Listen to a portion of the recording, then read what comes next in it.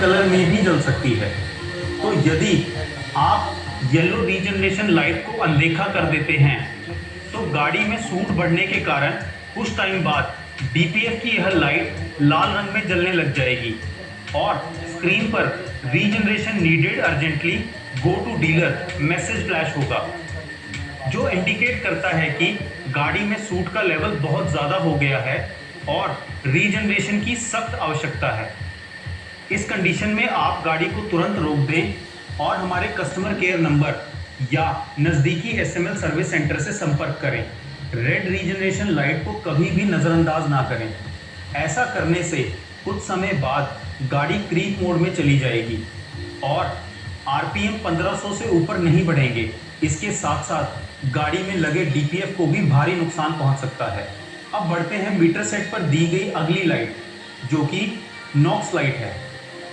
Metre set पर दी गई यह आखिरी लेकिन सबसे महत्वपूर्ण वार्निंग लाइट है, जिसे विशेष रूप से BS6 गाड़ियों में दिया गया है।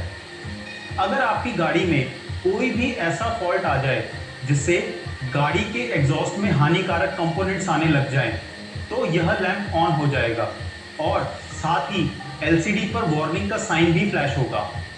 इस स्थिति में आपको तुरंत अपने नज़दीकी SML डीलरशिप या कस्टमर केयर नंबर से संपर्क करना होगा, क्योंकि ऐसा ना करने की स्थिति में गवर्नमेंट रूल्स के हिसाब से अगले 20 घंटे के अंदर गाड़ी ऑटोमेटिकली क्रीप मोड में चली जाएगी, यानी गाड़ी की स्पीड 20 किलोमीटर प्रति घंटे की रफ्तार से ज़्यादा नहीं बढ़ेगी।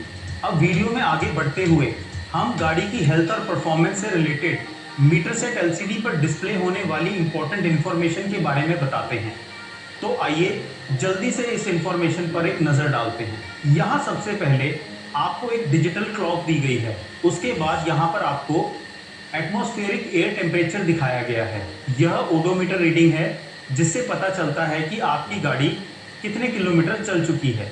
यहाँ पर एडब्ल्यू से रिलेटेड बहुत ही इंपॉर्टेंट इन्फॉर्मेशन, जो कि गाड़ी के एडब्ल्यू टैंक में एडब्ल्यू के लेवल इसकी गेज दी गई है। जैसा कि हम पहले भी देख चुके हैं कि गाड़ी में एडब्ल्यू टैंक लगा है, जिसमें यूरिया को स्टोर करके रखा जाता है। गाड़ी में यूरिया की खपत फुल डीजल की खपत का लगभग 4 से 5% रहता है, जिसका मतलब है कि यदि गाड़ी में 100 लीटर डीजल की खपत हुई है तो इसके साथ साथ 4 से 5 लीटर यूरिया भी लग जाएगा।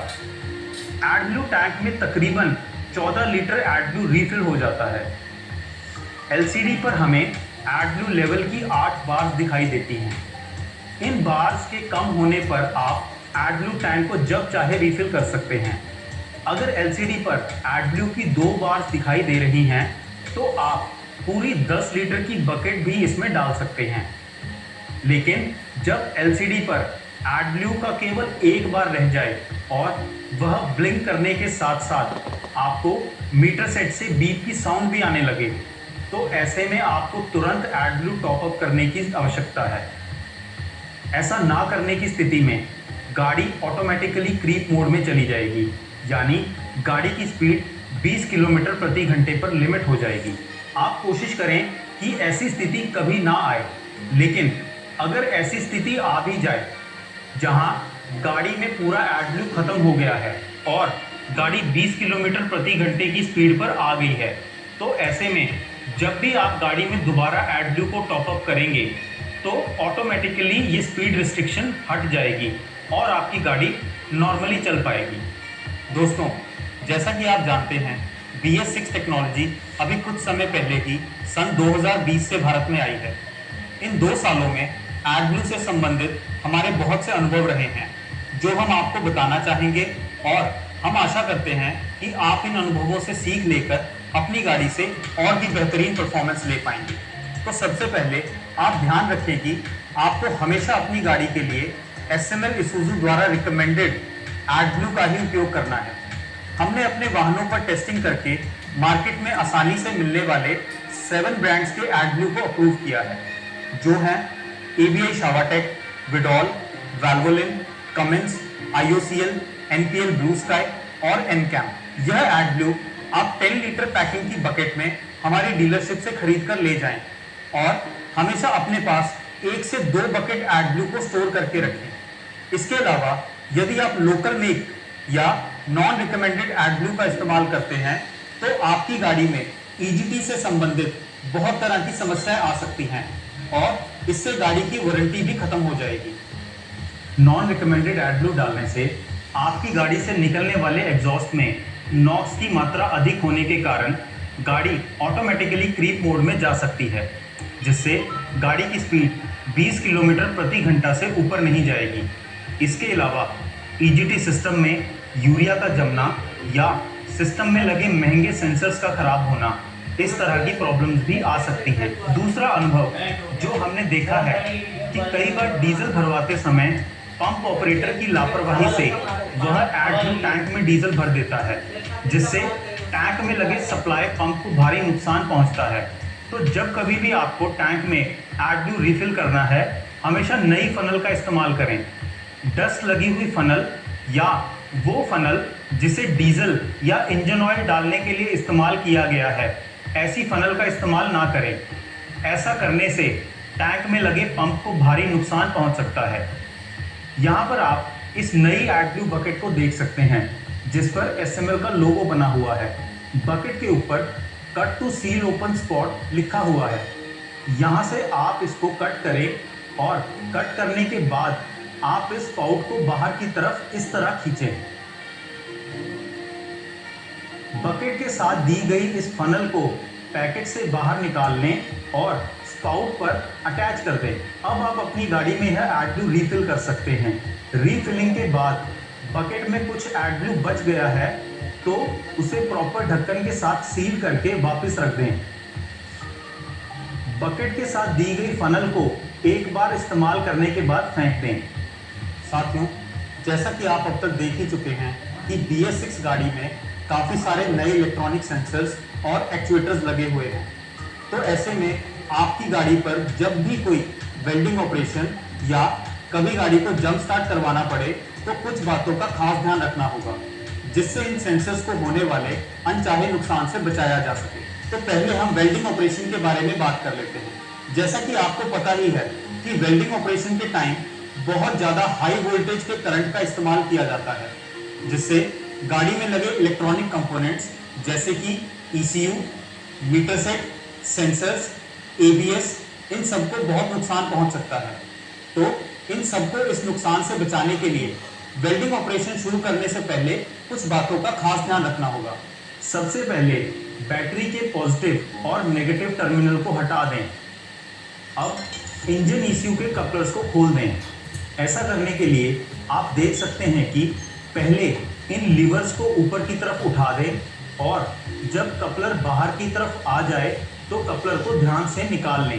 प्लास्टिक मटेरियल से बने होने के कारण इन कपलर्स पर ज़्यादा जोर लगाने से ये डैमेज भी हो सकते हैं। तो इस स्थिति में आप हमारी डीलरशिप टेक्नीशियन की भी मदद ले सकते हैं। वेल्डिंग के टाइम उड़ने वाले वेल्डिंग स्पैटर्स अगर प्लास्टिक या रबर से बने हुए कंपोनेंट्स जैसे कि wiring harness, air and fuel hoses, coolant या यूरिया की पाइपलाइंस पर गिर जाएं तो यह इनको डैमेज कर सकते हैं।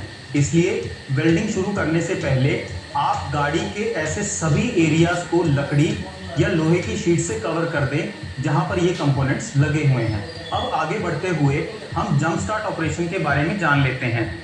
यह फील्ड की एक बहुत ही नॉर्मल सी प्रॉब्लम है कि अगर गाड़ी बंद होने की स्थिति में आप कोई इलेक्ट्रिकल इक्विपमेंट जैसे हेडलाइट, फैन या बस के केस में एयर कंडीशनर को ऑन करके रखते हैं तो कुछ समय बाद गाड़ी की बैटरी ड्रेन हो जाएगी, जिससे अब गाड़ी को स्टार्ट करने में प्रॉब्लम होगी और अब आपको जंप स्टार्ट प्रोसेस की मदद लेनी होगी। तो सबसे पहले ध्यान रखें कि डिस्चार्ज हुई बैटरी को गाड़ी में ही लगा रहने दें और एक चार्ज बैटरी लेकर इस गाड़ी की बैटरी के साथ मोटी वायर से पैरेलल में अटैच कर लें। यानी पॉजिटिव के साथ पॉजिटिव टर्मिनल को लगाएं और नेगेटिव टर्मिनल के साथ नेगेटिव टर्मिनल को जोड़ें।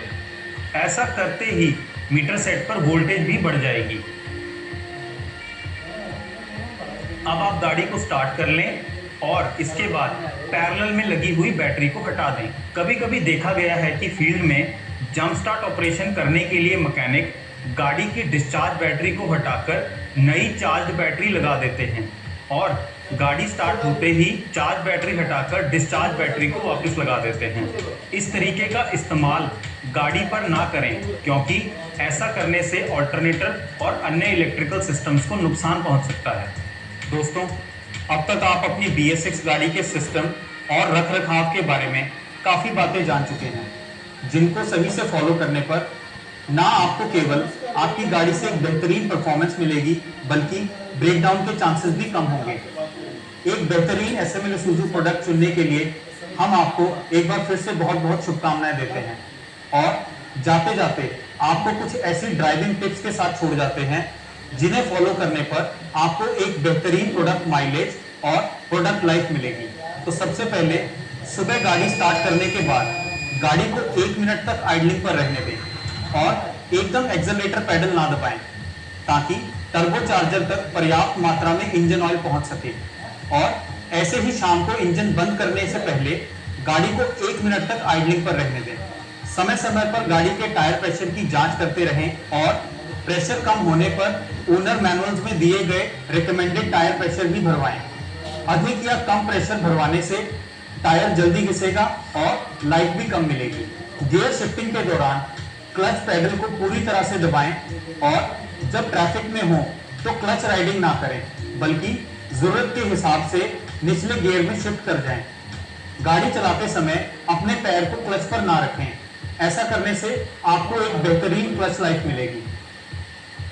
गाड़ी चलाते समय टॉप गियर या ओवरड्राइव गियर में शिफ्ट होने के बाद गाड़ी को स्थिर गति से चलाएं और इंजन आरपीएम को 1500 से लेकर 2000 आरपीएम के बीच में रहने दें। इससे आपको एक बेहतरीन माइलेज मिलेगी। ब्रेक पैड्स की लाइफ को बढ़ाने के लिए डाउनहिल जाते समय एग्जॉस्ट ब्रेक का उपयोग करें। और हाँ, आपकी सेफ्टी के लिए गाड़ी चलाते समय मोबाइल फोन का उपयोग ना करें और हमेशा सीट बेल्ट लगाकर रखें।